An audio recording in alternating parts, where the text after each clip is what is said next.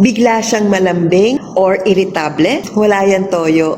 Hello, my name is Miss Suzanne. Hindi po ako vet, but I've been an animal welfare advocate for almost 25 years.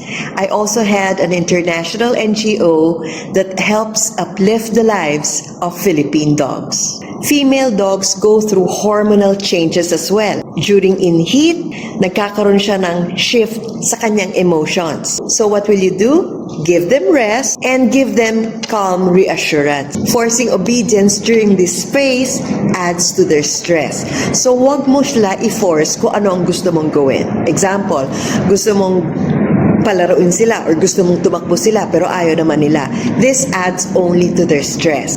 So ang important is understanding hormones. Yes, may hormones din ang mga dogs. Is part of a responsible care. Save this tip for your dog's next cycle.